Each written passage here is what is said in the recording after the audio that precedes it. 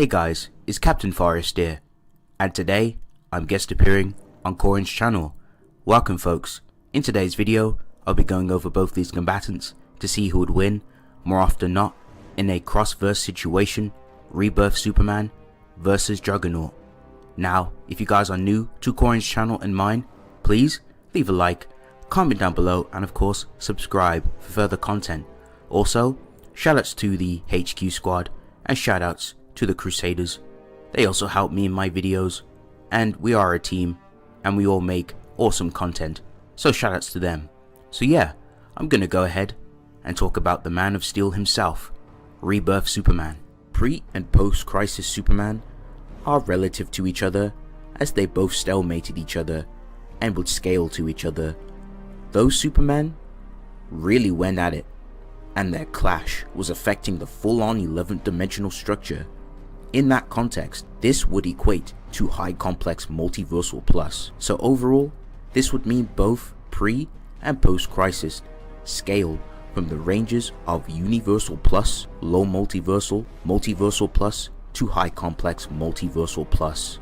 Now, depending on how you interpret their fight, that feat alone could arrange only to Low Multiversal if you do not include the statements and the context behind pre-crisis and post-crisis fight, but it's pretty safe to say, and pretty blatant and evident, and via scaling and statements and feats, that feat alone that they performed is High Complex Multiversal Plus. Rebirth is a combination of post-crisis and New 52, so Rebirth Superman should also have these ranges of attack power as I went over in the summary. Now, Rebirth Superman was amped when he demonstrated this impressive feat where he one-shots the World Forger who came from the 6th dimension. And as mentioned in my previous videos, I go over the cosmology scaling in detail, but long story short, this amped Superman who absorbed many suns would scale around High Altiversal. So that's going to round up all of these Supermen in terms of AP. Let's go ahead and swing on down to speed. Since pre and post crisis are relative in AP and speed, they both scale to each other in the speed departments, and whatever speed feats they performed. Superman kept pace with Jay Garrick and Wally West while they were chasing the Reverse Flash to the past. Wally West himself has legit ran to the 853rd century. We've also seen Superman outpace reality blitzing missiles that was sterilizing the continuum, and Superman can move inside the source where there is no direction easily, some higher scaling into immeasurable to irrelevant. So Superman has his heat vision, it can negate intangibility, and it affects people on a molecular level. Superman also can freeze people with his ice breath, and can also create a dust storm with his breath. Superman has enhanced senses and hearing.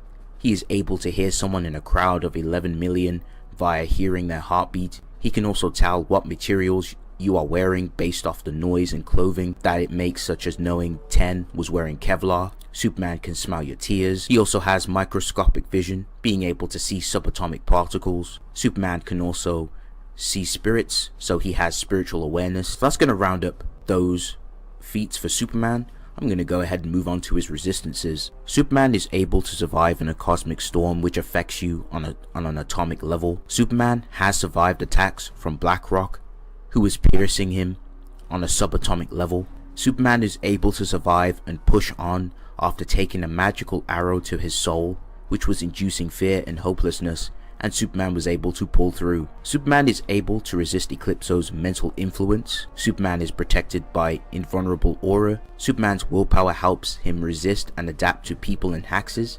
He can push himself with his willpower, and Superman also uses his willpower to power up a Green Lantern beam by 20%. Superman also has his Type 3 and Conceptual Type 8 immortality. He can heal from physical injuries, and Superman's story will not allow Superman to die or be in very rough situations. He will continue to come back, and as long as hope exists, Superman will come back. Okay, so that's going to round up Rebirth Superman. I'm going to go ahead and move on to Juggernaut to see what he brings to the table. It's demonstrated back in the classic days to ragdoll and hurt the likes of Thor, and even take a god blast from him, which is enough to even threaten even Celestials. I've mentioned some of the cosmology behind the AP before in my previous videos, so I will leave links in the description so you guys can refer to those and look far deeper into the details of the cosmology for Marvel. So Hulk himself has also been at it against Thor, and it's also been shown in the World War Hulk run that Juggernaut was powerful enough to damage and give Hulk problems, and despite current Juggernaut becoming weaker over the years, he has still demonstrated to be in somewhat of the respective ballpark of this AP, as he was able to completely trash onto Cosmic Ghost Rider, and the same Cosmic Ghost Rider was able to one-shot Thor. So that's going to round up AP. I'm going to go ahead and move on to speed. So Juggernaut should easily have immeasurable speed. He has demonstrated to tag Thor, and Thor himself can time travel with his raw speed alone. Thor can also tag Silver Surfer, who can also time travel with his raw speed alone, putting Juggernaut in the immeasurable speed ranges. Okay, so that's going to round up Juggernaut's AP and speed. I'm going to go ahead and go over Juggernaut's abilities and all that good stuff. So Juggernaut is invulnerable to conventional attacks, as he himself has a protective invulnerable barrier around him at all times. Wolverine's adamantium claws are unable to cut through Juggernaut's armor, which is impressive since Wolverine's adamantium claws have durability negation. Juggernaut wears his special helmet, which grants him mine resistance. Charles Xavier explains that the power of Sidorak grants Juggernaut mystic mental defenses via the helmet, which prevents Charles from probing or affecting his mind. Charles attempted to insert all his mental power to stop Juggernaut, and it does absolutely nothing. Also, Juggernaut has learnt from the past and is not lacking. He wears another helmet under his big one, just in case his main helmet is compromised, and the helmet is also responsible for protecting Juggernaut and giving him his powers also. Speaking of Sidorak, Sidorak himself is responsible for all of Juggernaut's insane and impressive powers and abilities, as it was Cain Marco himself that accepted the Gem of Sidorak. Sometimes Sidorak will aid Juggernaut in combat or in tough situations or on a rare occasion. Back in the classic days, Sidorak would assist Juggernaut more often, but as the years went by into the modern era, Juggernaut has gotten on Sidorak's bad side on more than a few occasions via Juggernaut's rebellious actions and even disobeying his own contract by becoming a part of a new god called the Serpent, which bestowed upon Juggernaut magical powers and a magical hammer, which did nothing but displease Sidorak. Sidorak from then on has taken privileges away from Juggernaut, which is why he isn't as impressive as he once was. In fact, Juggernaut tried to fight Sidorak one time, and that didn't go very well. But regardless, there are small moments where Juggernaut will be protected by Sidorak, such as Sidorak protecting and preventing Juggernaut from sinking when he was swimming. Juggernaut's mystic powers has also protected him against many things such as sleeping gas, and another impressive thing about Juggernaut's force field is that he can use it for offensive means, such as flexing the barrier out to destroy objects and to push people away. Juggernaut is an unstoppable force. Once he gets charging, there is no stopping him. Sidorak feeds Juggernaut with endless kinetic energy, allowing him to keep going. Even when reduced to a skeleton, he keeps going, and it's also shown that Juggernaut's rage acts as a form of protection. Not even Doctor Strange can depower Juggernaut thanks to the helmet's mystical protection. And lastly, Juggernaut survived being thrown into a dimension of endless time by eternity thanks to the mystic powers protecting him. And Juggernaut may look like a brute with no plan and a complete meathead, but it's actually not true. He's pretty intelligent and has some form of basic tactical prowess in combat. We've seen Juggernaut purposely allow his opponents to get close to him so he can grab them.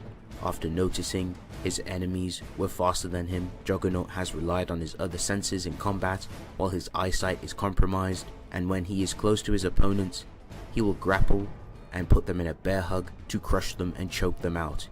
Okay, that's going to round up both these combatants. I'm going to go ahead and give my thoughts on who I think wins more often than not in a cross-verse situation. So, depending on what we give Superman, if we do not give him his World Forger scaling, and we only start off with only his consistent ends of multi plus, high complex, low multi, universal plus, Juggernaut would easily take the AP department. He has better AP feats in base, obviously high hyperversal plus, low alta to altiversal. I think Superman's going to have a bit of a tough time dealing with Juggernaut if we don't give him the World Forger stuff. If we give him the World Forger stuff with the high alta to boundless scaling, that is literally going to wash like Juggernaut in terms of AP. So it just depends on where we go about this fight, but if we only give him just his standard consistent ends of AP, then Juggernaut takes AP. Now for speed, I think Superman takes speed pretty easily. Superman has far too many consistent feats of him putting him around the immeasurable to irrelevant speed levels of scaling. I don't think Juggernaut has consistent stuff that puts him around irrelevant speed. I think he's going to get blitzed. So if it came down to speed, I give it to Superman. The feats are way more concrete compared to Juggernaut's, unfortunately. But anyway, now what I see happening more often than not in this fight, of course, Superman from a distance, he's going to try heat vision. He's going to try and size up his opponent. He's going to analyze them. He's going to try and finesse Juggernaut. Superman is no stranger to fighting brute characters. He's fought against Doomsday, so he knows how Doomsday operates. So he'll know what he's kind of getting himself into. Once Superman starts to realize that the heat vision isn't doing anything to Juggernaut when Juggernaut starts to charge, that's when Superman will start to switch to different tactics like Ice Breath, or he'll try Super Breath to try and blow away Juggernaut. I think that might be an issue because since Juggernaut has the AP and the unstoppable endless kinetic energy, he just keep pushing through. Superman of course does have mobility as well, so if he starts to notice that those tactics aren't working, he will resort to mobility so he could just move out the way of Juggernaut. Since he has the complete speed edge, he just blitz Juggernaut pretty easily, and honestly I think he low-key statues him. I think the best win con for Superman in this situation would be BFR, but I would say Superman would have to be careful because Juggernaut, he has ways to deal with characters who are faster than him. Juggernaut sometimes will even purposely let speedy characters who have the speed advantage against him getting close so he can try to one-shot them with one hit, and I think that's all it will take against Superman, especially Juggernaut with the type of AP he has. But because the speed gap is too big, like I think like Superman is on a higher tier than Juggernaut's speed, I don't really see that really becoming a factor in this fight. I don't see Juggernaut being able to have the advantage or the opportunity to even lay a sneak attack on Superman because he's going to get blitzed and he won't even be able to comprehend what's going on because the speed gap is so huge. So I think the BFR aspect is Superman's go-to. Superman will fly in, he will grab Juggernaut, he will blitz Juggernaut in the air, take him out from Earth and throw him into space, or preferably even the sun. And I think BFR is going to pretty much seal the deal, and I personally think Superman wins more often than not in this situation. I think he has better speed and a solid win con to dispatch of Juggernaut. Juggernaut is notorious for losing to BFR tactics. He struggles against characters who try to remove him from battle. So I think more often than not, I have to lean more so with Rebirth Superman. But anyway, thank you guys for watching. It's been real. I'll see you guys in the next one. Peace.